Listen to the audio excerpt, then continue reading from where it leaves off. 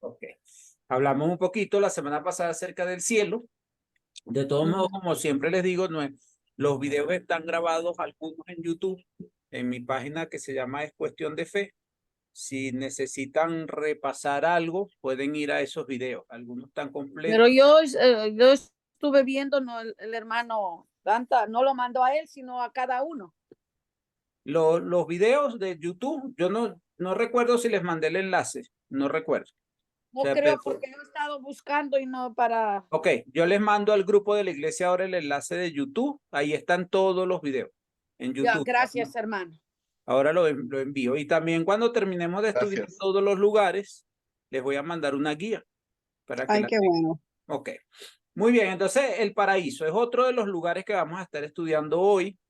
La semana pasada, como ya les dije, estudiamos el cielo. Ya nos dimos cuenta que según la palabra de Dios, usando los textos bíblicos, el cielo es solamente es un lugar donde habita Dios por ahora, donde Y sus habitan sus santos, ángeles y donde próximamente vamos a ir nosotros, los a santos. los santos, según las promesas que Dios pues nos ha dado, ¿no?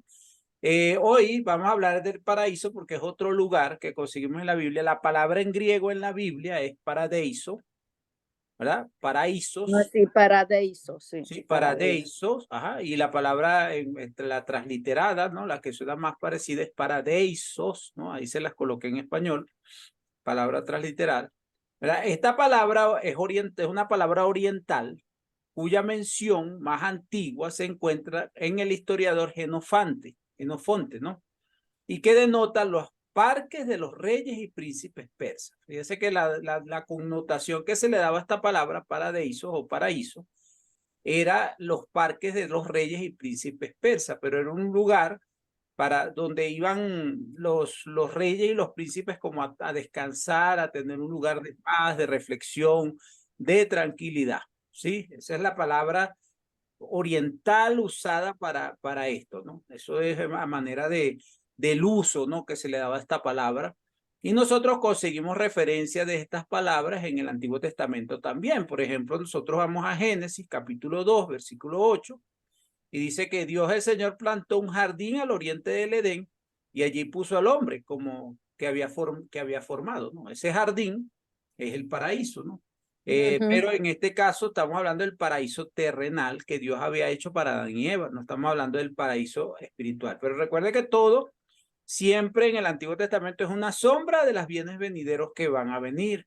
¿Sí? Entonces, cuando nosotros vemos en el del Antiguo Testamento el paraíso, en el jardín del Edén, también nosotros se nos promete ir a un lugar de descanso, a un lugar donde vamos a estar en jardines o en lugares donde vamos a estar con paz y tranquilidad, ¿no?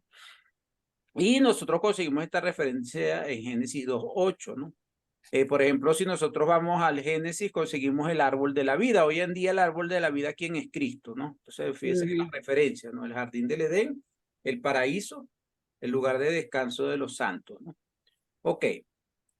Otra palabra en Ezequiel 31, 8 al 9, dice, ningún cedro en el jardín de Dios, y esta es una lectura que se refiere a Siria, ¿no? Dios a través del profeta Ezequiel está hablando de la grandeza de Asiria, ¿verdad? Y lo describe como un árbol plantado en el huerto, como un árbol plantado en el huerto del Edén. Y mire cómo dice, ningún cedro en el jardín de Dios se le podía comparar, ningún ciprés ostentaba un follaje parecido, ni tenía un ramaje los castaños, ni tenían su ramaje los castaños. Ningún árbol del jardín de Dios, o sea, el paraíso, se le comparaba en hermosura. Yo lo hice bello y con un ramaje majestuoso. En el Edén, jardín de Dios, era la envidia de todos los árboles. Fíjese Ezequiel 31, 8 al 9, hablando de cómo era este jardín del Edén y refiriéndose en este caso a una simbología o una analogía con respecto a Siria, cómo Dios le dio grandeza y era algo hermoso, ¿no? En este caso, hace referencia al jardín del Edén como uno de los árboles que estaban en el jardín del Edén, que eran hermosos, y que estaba en medio de todos esos árboles, ¿no? Todo eso, en todo el huerto, ¿no? Y era hermoso, ¿no? Eso es lo que refiere ahí Ezequiel. haciendo una breve comparación. También nosotros vemos, por ejemplo, es así como en el Nuevo Testamento tiene la connotación de un lugar intermedio de los muertos justos. Nosotros vamos al Nuevo Testamento, o sea, en el paraíso, la connotación que nosotros vamos a conseguir es el lugar intermedio de los muertos justos. O sea, ¿por qué digo intermedio, hermano? Porque no es el lugar final. O sea, es como morimos en esta tierra o dormimos y vamos a ir a este lugar mientras el Señor Jesucristo regresa por sus santos.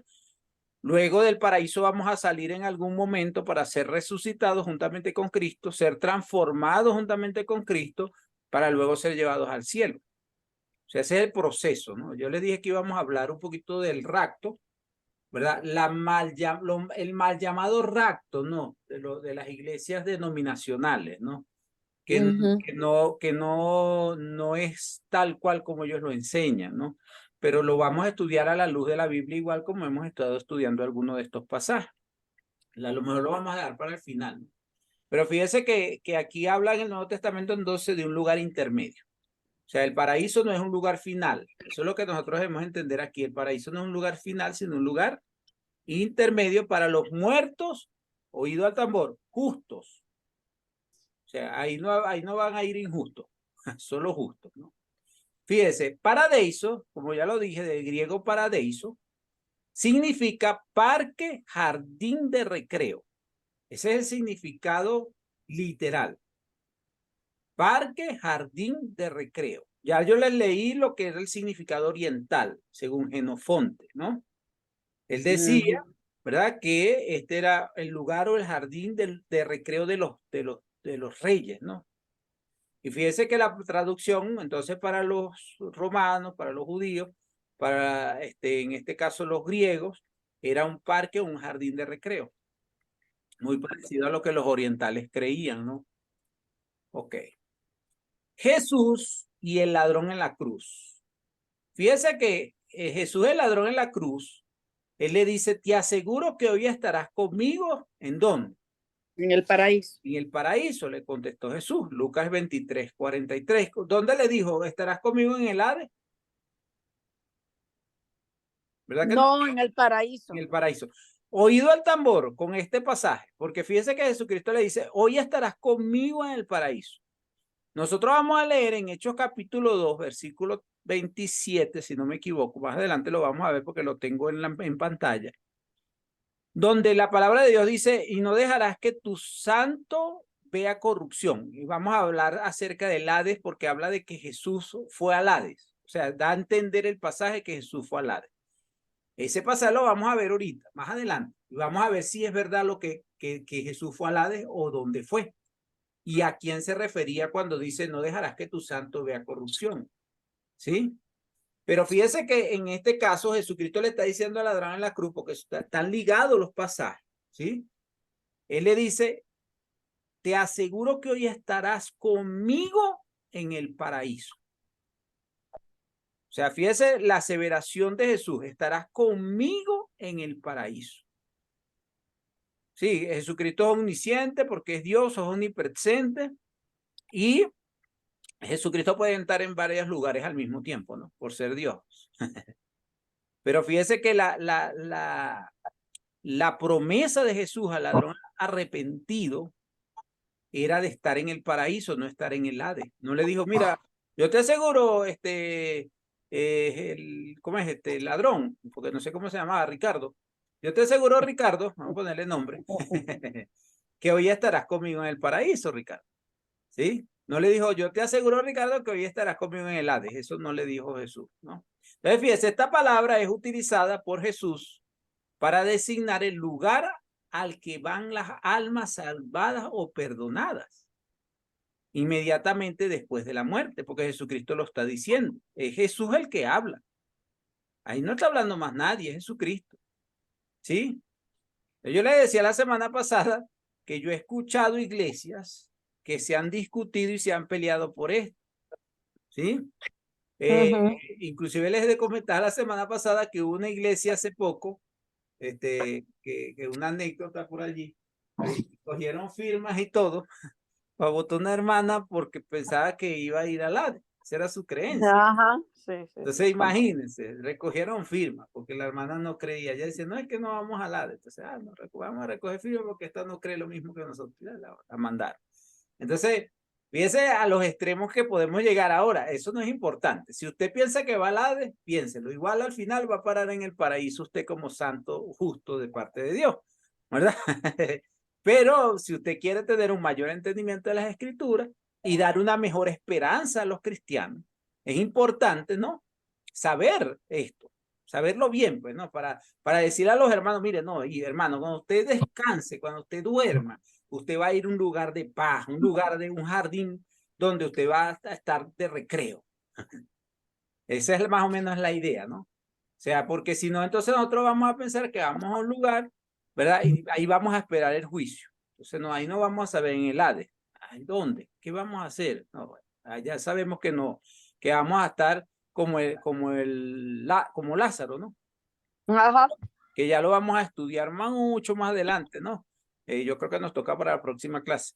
Pero Lázaro dice, él será consolado aquí. O sea, el lugar donde vamos cuando partimos de este mundo es un lugar de paz, de tranquilidad, de recreo, hermanos, de recreo. Nosotros nos la pasamos quejando aquí en esta tierra de que estamos cansados, fatigados y que no tenemos descanso. Ay, quisiera unas vacaciones. ¿Verdad? Yo no sé si yo les comenté a ustedes la historia de un hermano en la iglesia. Me dice, hermano, deséeme lo mejor. Deséeme algo bonito, me dijo. Yo le digo, bueno, le deseo, hermano, que el Señor se lo lleve, si es posible hoy mismo, le dije. Hermano, ¿cómo me va a decir usted eso, hermano? Usted me está diciendo la... Yo No le digo, le hermano, gusta. pero ese no es el lugar final de el lugar de descanso, perdón, intermedio de los santos, es un lugar de paz y de tranquilidad. Usted va a estar de recreo. Entonces, si usted quiere paz, tranquilidad, quiere vacaciones, ese es el mejor lugar para vacacionar, ¿sí o no? Amén. Si esa es nuestra esperanza, ¿no? Me parece que algunas veces estamos muy aferrados a esta tierra, ¿no? Después el hermano después se reía y me decía, este Johan sí tiene cosas, ¿cómo va a mandar para allá? Me decía. Le dije, pero es que ese es el lugar de los santos, le dije. Ok, fíjese, la promesa del Señor, me disculpan la rayita de la ñ ahí, pero es que lo coloqué en una letra que no me deja poner signos, y no me deja poner nada en minúscula, pero lo quise colocar así para resaltarlo, ¿no? La promesa del Señor al ladrón arrepentido fue cumplida ese mismo día. Amén. O sea, no fue una promesa, bueno,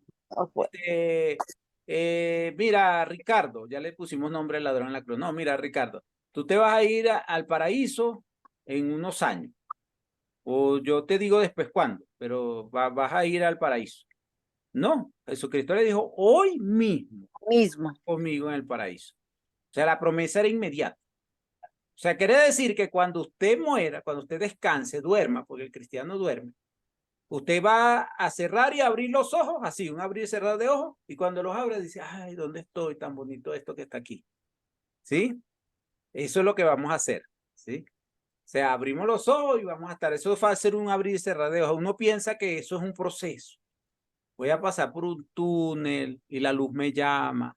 No, nada de eso, hermano. Eso es cerrar ojos aquí en la tierra y abrir ojos allá. ¿Por qué? Porque es la promesa de Dios. Hoy mismo estarás conmigo en el paraíso y esa promesa fue cumplida. ¿Cuándo? Ese mismo día. La promesa para nosotros es el mismo día. Fíjese, para la mente oriental expresaba la suma total de bendición. Para la mente oriental, o sea, estamos hablando de allá del Oriente Medio, ¿no? O sea, para ellos eso expresaba, o sea, que a mí me digan, vas a ir al paraíso. O sea, era algo de suma bendición. Y es increíble, hermano, porque, y uno dice, bueno, pero ¿para qué estudiar este tema, hermano? Hermano, porque este tema nos da al cristiano, nos da esperanza. Amén. Y en el Apocalipsis, nosotros vamos a ver el paraíso, el Hades y a la muerte, ¿verdad? Porque el Hades y la muerte es castigo, pero el paraíso es bendición. Entonces nosotros vemos el paraíso como un lugar donde vamos a vencer y nos declaran vencedores y nos dicen, mira, aquí está tu premio. Aquí tienes unas vacaciones, mejor que ir a los Galápagos, mejor que ir, no sé, a las playas allá en Los Cayos, ¿no? En Miami, ¿no? Mejor que ir a las playas en Cancún, no sé, donde usted quiera, piénselo, ¿verdad?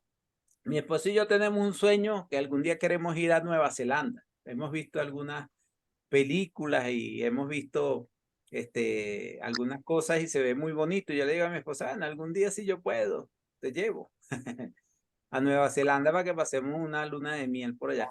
Entonces, porque uno anhela un lugar que paradisiaco, un lugar tranquilo, un lugar lleno de paz, vacaciones, ¿no? Bueno, hermano, para el cristiano las mejores vacaciones están ahí. ¿Dónde? En el paraíso. Y lo mejor de todo es que son unas vacaciones eternas, donde no va a haber muerte ni dolor. ¿Sí? O sea, fíjese, y para la mente oriental, esto expresaba suma bendición. Y espero que para nosotros exprese lo mismo. Suma bendición. Fíjese, paraíso o paradiso también se usa para referirse al seno de Abraham. O sea, cuando un judío hablaba del seno de Abraham o hablaba del paraíso, ellos entendían de una vez, es lugar paradisiaco, es un lugar de recreo, es un lugar, un jardín del Edén. ¿Ya? O sea, cuando un judío escuchaba la palabra seno de Abraham, de una vez inmediatamente se imaginaba, ya sé a dónde voy. Sí, ya sé dónde voy a descansar. ¿Ya? Entonces, fíjese, aconteció que murió el mendigo, que esto lo vamos a estudiar más adelante, solo estoy usando textos, ¿no? Aconteció que murió el mendigo y fue llevado por los ángeles al seno de Abraham. Y murió también el rico y fue sepultado. Fíjense que yo les puse una notita allí que dice la separación de lugares. Si usted se da cuenta en el texto no dice que ambos fueron llevados al Hades. El texto dice que murió el mendigo y fue llevado ¿a dónde?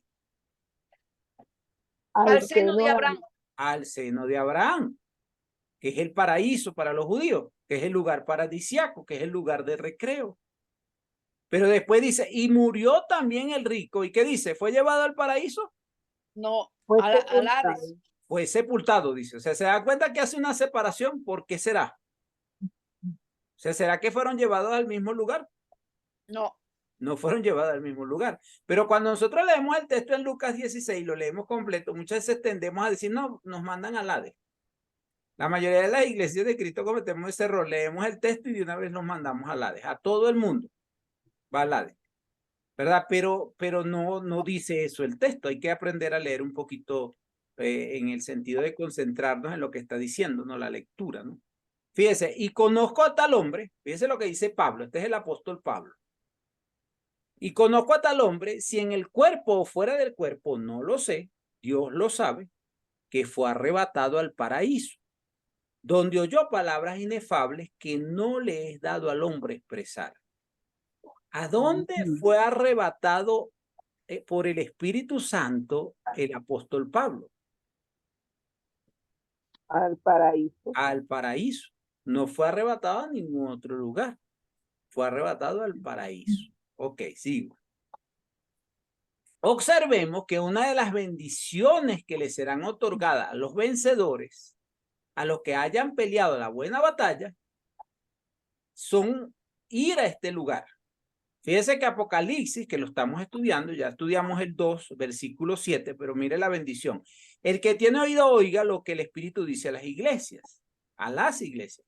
Al que venciere le daré de comer del árbol de la vida, el cual está en medio del paraíso de Dios.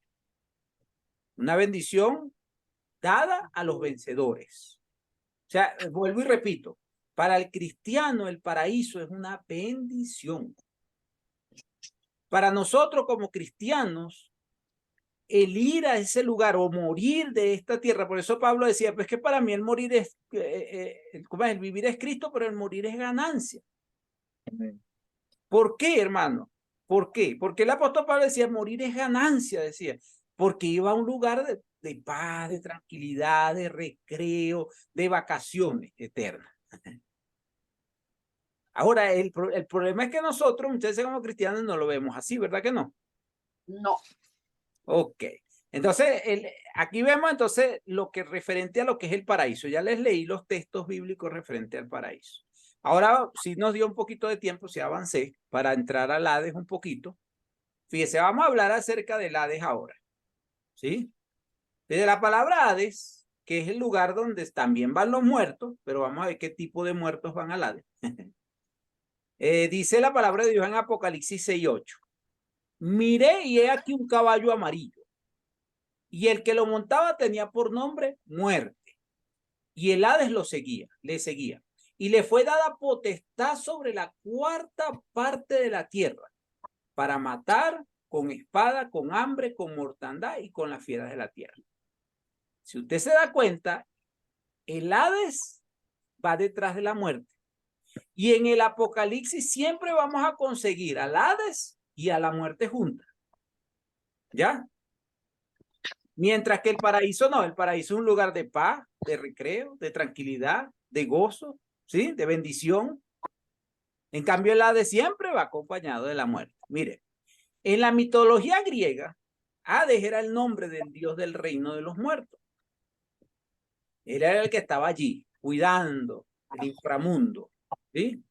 Es importante destacar que esta palabra, en la mayoría de las traducciones, ha tenido un mal uso, hermano, cambiando la palabra Hades por infierno o viceversa. O sea, esta palabra esta es la peor palabra usada en la Biblia porque le han dado una traducción bien errónea. O sea, la traducción ha sido muy errónea en las traducciones que nosotros tenemos. O sea, ¿por qué? Porque viene a agarrar Hades y no dice Hades, dice Gehenna. O dice Gehenna y le ponen Hades. O alguna vez se dice Hades y todas dicen infierno, infierno, infierno, infierno, infierno. Va a ser echado en el infierno. Entonces uno queda así, pero ¿qué dice? Infierno. Vamos al infierno. Por eso es que la gente dice, no, murió, que lo echen en el infierno. No, en el infierno ahorita ya vamos a estudiar, no hay nadie. Ni el diablo está en el infierno. Eso lo vamos a estudiar más adelante, pero ni el diablo está en el infierno. Al contrario del cielo, ¿no? En el cielo está Dios y sus ángeles. Pero el infierno es un lugar reservado para el Hades, para la muerte, para el diablo y para los ángeles que pecaron. Pero el Hades todavía está sin estrenar. ¿Sí? Perdón, en el infierno todavía no hay nadie. El infierno, perdón, es un lugar sin estrenar. No sé si dije Hades, creo. ¿Sí? El infierno es un lugar sin estrenar. O sea, está... Ahorita... Ajá, no, cambié la palabra, ¿no? En el infierno está get out, creo que es la palabra en inglés, ¿no? Get out, fuera de servicio. Ahorita no está funcionando, ¿no? Así que puede estar prendida la llama ahí calentándola para los que van a ir allá, pero no está en funcionamiento, o sea, sus puertas todavía no están abiertas, así que tenemos tiempo todavía de escaparnos de esas llamas de fuego, ¿no? Entonces, fíjese. Mira lo que dice Apocalipsis 6:8. Fíjese cómo está asociada la muerte. Cómo está asociada la muerte y el Hades en la Biblia. Y en el Apocalipsis mucho, ¿no? Miré y he aquí un caballo amarillo y el que lo montaba tenía por nombre Muerte y el Hades le seguía. Ya lo leímos, ¿no? Y le fue dada potestad sobre la cuarta parte de la tierra para matar con espada, con hambre, mortandad y con las fieras de la tierra. Otro. Y el mar entregó los muertos que habían en él. Y la muerte y el Hades entregaron los muertos que habían ellos. Y fueron juzgados cada uno según sus obras. Oído, mire lo que dice aquí este texto, versículo 14. Y la muerte y el Hades fueron lanzados al lago de fuego. Esta es la muerte, Señor. Si el Hades contuviera el paraíso, si el Hades tuviera el paraíso dentro de él, se lo contuviera, ¿no? ¿Por qué Dios va a echar el Hades en el infierno? O sea, porque se va al paraíso junto con todos los santos que estaban ahí al infierno. No todavía. No tiene sentido, ¿no? No. No tiene sentido porque Dios está prometiendo hacer algo con el Hades y la muerte, echarlos en el infierno. Pero el paraíso no dice eso. El paraíso no dice, lo vamos a echar ahí junto con el Hades. No, no dice eso. O sea, en el Hades no están los dos lugares. El Hades lo muestra la Biblia como un solo lugar aparte. Otro pasaje, 1 Corintios 15, 25 y 26. Porque preciso es que él reine hasta que haya puesto a todos sus enemigos debajo de sus pies. Y el postrer enemigo que será destruido es la muerte. Muerte. La muerte y el Hades son presentados siempre como enemigos de la iglesia, son presentados enemigos de los cristianos, son presentados como lugares de castigo, o sea, no son presentados como lugares de gozo y de paz. ¿Ya? La manita Raquel tiene la manito levantada desde hace rato, no sé si es que la dejó levantada o quiere intervenir. No, sí, tiene el micrófono apagado, hermanito.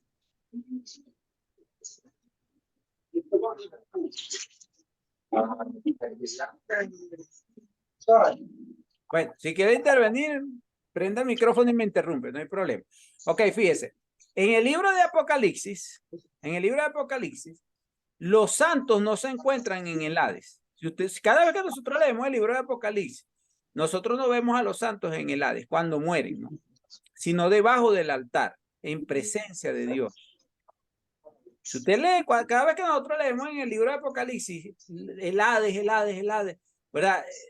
No vemos al Hades como un lugar bonito. Y no vemos a los santos que se encuentren en el Hades, sino que dice que están debajo del altar de Dios. Mira, aquí está el pasaje, Apocalipsis 6:9. Cuando el Cordero rompió el quinto sello, vi debajo del altar las almas que habían sufrido el martirio. Fíjese lo que dice el apóstol Juan.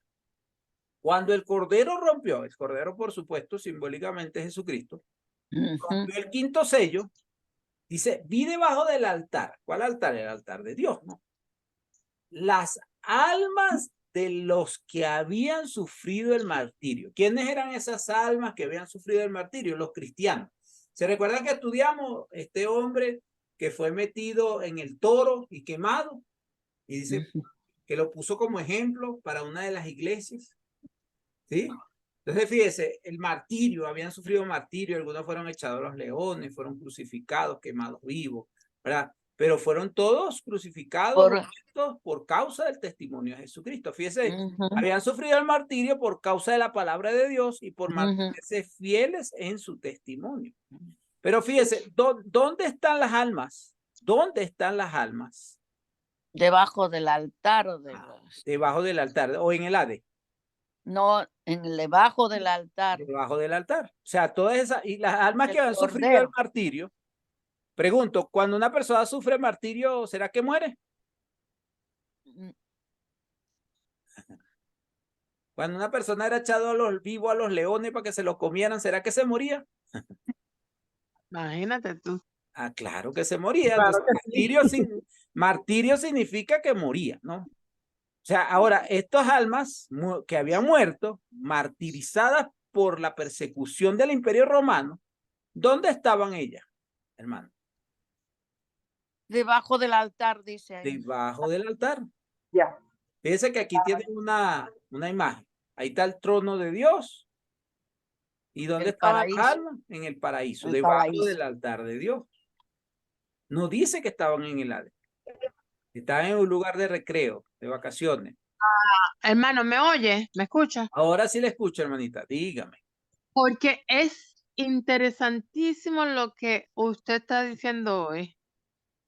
Toda la vida he estado prácticamente en el limbo con respecto a ese tema, del Hades específicamente.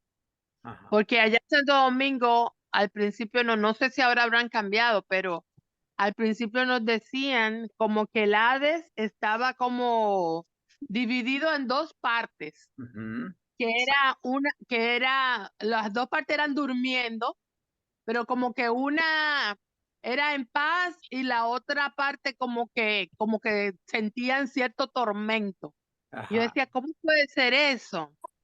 ¿Cómo puede ser eso? Ajá. Y ahora que usted está hablando, me abre los ojos. Yo digo, pero mira, tanto tiempo con esta forma de pensar. ¿Me escucha, hermano? Yo no sé qué le pasó. Sí, estamos clarito, escuchando. hermanita, la estoy escuchando. Chamo, sí. O Ajá. sea, me parece increíble todo lo que estás explicando. Y lo que te has perdido también.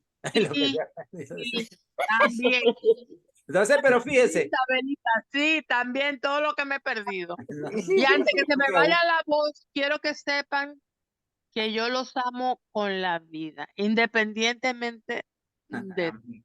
También le amamos, hermanita, en el nombre poderoso de nuestro Señor Jesucristo. Eso tiene que ser así porque no podemos tener otra situación porque si no nos vamos a ir a dónde nos vamos a ir si no perdonamos, si no estamos juntos en amor, ¿a dónde? Amén, amén. Alá. amo, Isabel, yo los amo y Dios lo sabe. Ok, entonces continuamos, Te hermano. amamos también. Nosotros igual y te Amén. extrañamos. Te Ok, Y yo a extrañamos ustedes. mucho. fíjese, Y yo- hermanito. Entonces nosotros entendiendo esto, nosotros podemos tener un poquito más de paz y de tranquilidad al ver cómo Dios ha preparado lugares para los justos. Fíjese algunas cosas. Vamos a mirar. En el Antiguo Testamento, hay un que no está escrito En en griego, sino no está en griego, sino en hebreo, ¿verdad? Ujú. El equivalente griego para Hades en el hebreo es la palabra Sheol. Ahí está la palabra en hebreo y está la palabra transliterada, Shaal o Sheol, ¿verdad? Ujú. Ahí tenemos las letras, esas letras que también ahí son letras en hebreo, ¿verdad? Una Shi, una Aleph, una Yop y una Yop, perdón, y una Lamé. Sí, son 4 letras, ¿no? Ujú. Fíjense que la palabra Sheol en el hebreo no tienen vocales las Las la letras. mayoría son consonantes, se le agregaron vocales más adelante, pero se usan más que todo son consonantes, ¿no? Para nosotros tener un mejor entendimiento usan o les agregan los masoretas, le agregaron consonantes. Pero fíjense que la traducción o el equivalente en hebreo es Sheol, ¿verdad? La palabra Hades. Y fíjense que, ¿recuerdan cuando el rico murió? ¿Fue llevado a dónde? Al Hades. Al Sheol. Al lugar de tormento, dice. Al Sheol, Hades. dice. Ajá, al lugar de Recuerda, tormento. se lo voy a retroceder un poquito para que lo vean. Después me adelanto otra vez, fíjense. ¿Dónde estaba por aquí? Cuando el rico murió, creo que estaba aquí en el paraíso. Aquí. Dice, aconteció que murió el mendigo y fue llevado por los ángeles al seno de Abraham. Y murió también el rico y fue llevado y fue sepultado. Fue llevado al Seol. ¿Se da cuenta? O sea, la traducción ahí no es seno de Abraham, es Seol. O sea, debería haber sido Seol o Hades. ¿Ya? Ok. Entonces, son las congruencias que muchas veces vamos a conseguir, que tampoco son mal de morirse, simplemente los traductores decidieron que será la palabra y lo dejaron así. Pues. Y entonces ahí es donde causa un poquito para nosotros de confusión. Aunque vuelvo y repito, no es mal de morirse porque no nos vamos a ir ni para el infierno ni para el cielo por saberlo o no saberlo. Igualito cuando despertemos, vamos a despertar en el paraíso, si usted se manejó conforme a la voluntad de Dios. Si anda haciendo las cosas malas y no ha guardado el testimonio de Jesucristo, va a despertar en el Hades, en el Sheol, en el lugar de tormento. Entonces, hay que tener mucho cuidado con eso, ¿no? En el Antiguo Testamento significa el lugar de los espíritus de las personas que han muerto. ¿Sí? O sea, en el Antiguo Testamento no hace una diferencia. En el Antiguo Testamento dice, es el lugar donde las personas murieron. Pero ¿cuáles personas murieron? Vamos a mirar. Fíjese. Pero en muchas oportunidades, en las diferentes traducciones que tenemos en español, desafortunadamente ha sido traducida infierno, que en su lenguaje original viene de otra palabra griega que es Gehenna. Sí.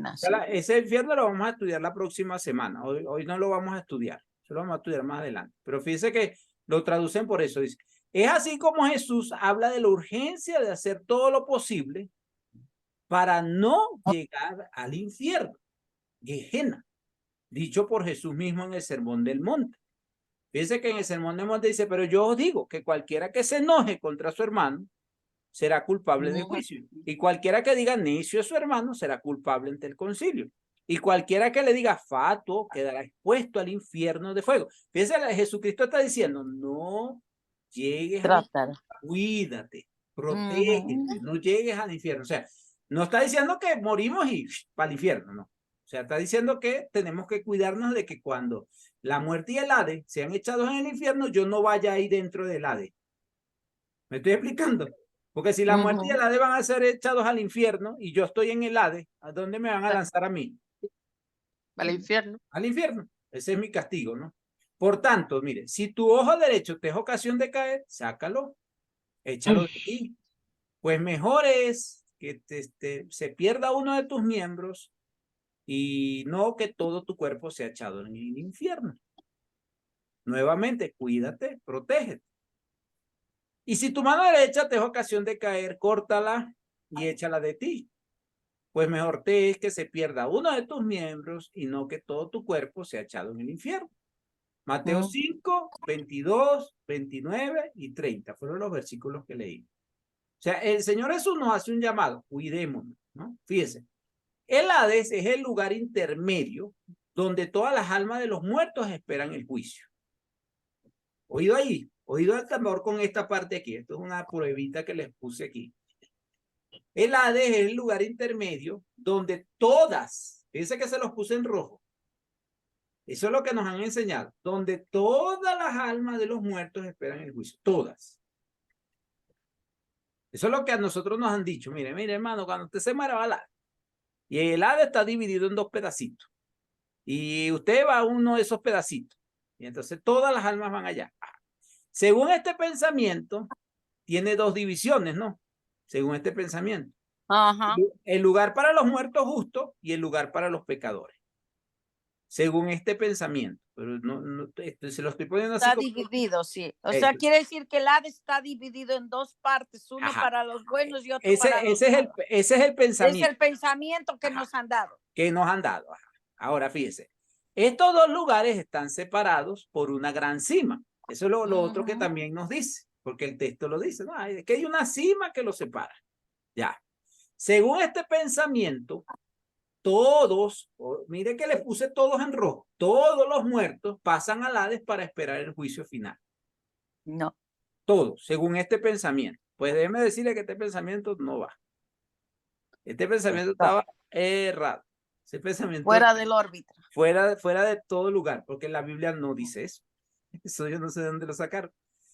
Esta palabra se usa 10 veces, en la palabra Hades, se usa 10 veces en el Nuevo Testamento. Fíjese que dice Mateo 16, 18, y yo también te digo que tú eres Pedro, y sobre esta roca edificaré mi iglesia. Y mire lo que dice allí, se lo puse en rojo. Y las puertas del Hades no prevalecerán contra él. ¿Por qué dirá Jesucristo a Pedro que las puertas del Hades no prevalecerán contra él? ¿No se han hecho esa pregunta? Y es un versículo bien conocido. O sea, ¿por qué Pedro dice, bueno, pero las puertas del Hades no prevalecerán contra ella? Si en el Hades lo que hay es corrupción, si en el Hades lo que hay son almas perdidas, o sea, quiere decir que el Hades puede ser que esté atentando contra la iglesia. Yo siempre he dicho que la iglesia, que somos nosotros, el enemigo nos quiere ver es en el Hades, quiere ver muertos, ¿no? Y nos quiere ver acabados, porque él no se quiere ir solo, él quiere llevarse a todos los que pueda juntamente con él. Entonces, pero Jesucristo nos da una promesa, las puertas del Hades no prevalecerán contra él. ¿Por qué? Porque la iglesia, hermano, es eterna. La iglesia es eterna, la iglesia es inconmovible, la iglesia es inmarcesible, la iglesia es incorruptible. ¿Sí o no? Entonces, ¿cómo puede prevalecer algo corrupto en contra de algo incorruptible? Bajo este pensamiento se piensa que Jesús está diciendo aquí, mire lo que piensan, o sea, esta es la interpretación que muchas personas le dan. Hermano, me voy a demorar un ratico, hermanos, discúlpenme si me demoro un ratico, pero quiero terminar el pedazo. Bajo este pensamiento, piensa que Jesús está diciendo aquí que el cristiano, aunque muera, aunque morirán, no podrán ser retenidos permanentemente por el reino de los muertos, el Hades. Ese es el pensamiento. Que el cristiano, aunque muera, no podrá ser retenido permanentemente por el reino de los muertos, el Hades. ya que estos resucitarán cuando Jesucristo regrese por segunda vez. Ese es el pensamiento.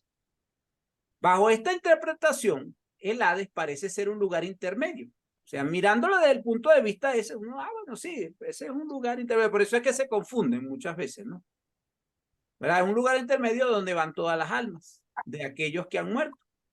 Aunque ya hemos estudiado que hay otros lugares y que cada uno tiene un fin, un objetivo esencial. Ya estudiamos el cielo, estudiamos el paraíso, ahora estamos estudiando el Hades. O sea, ¿qué propósito tiene Cristo en haber nombrado varios lugares si solo nos iba a mandar a uno?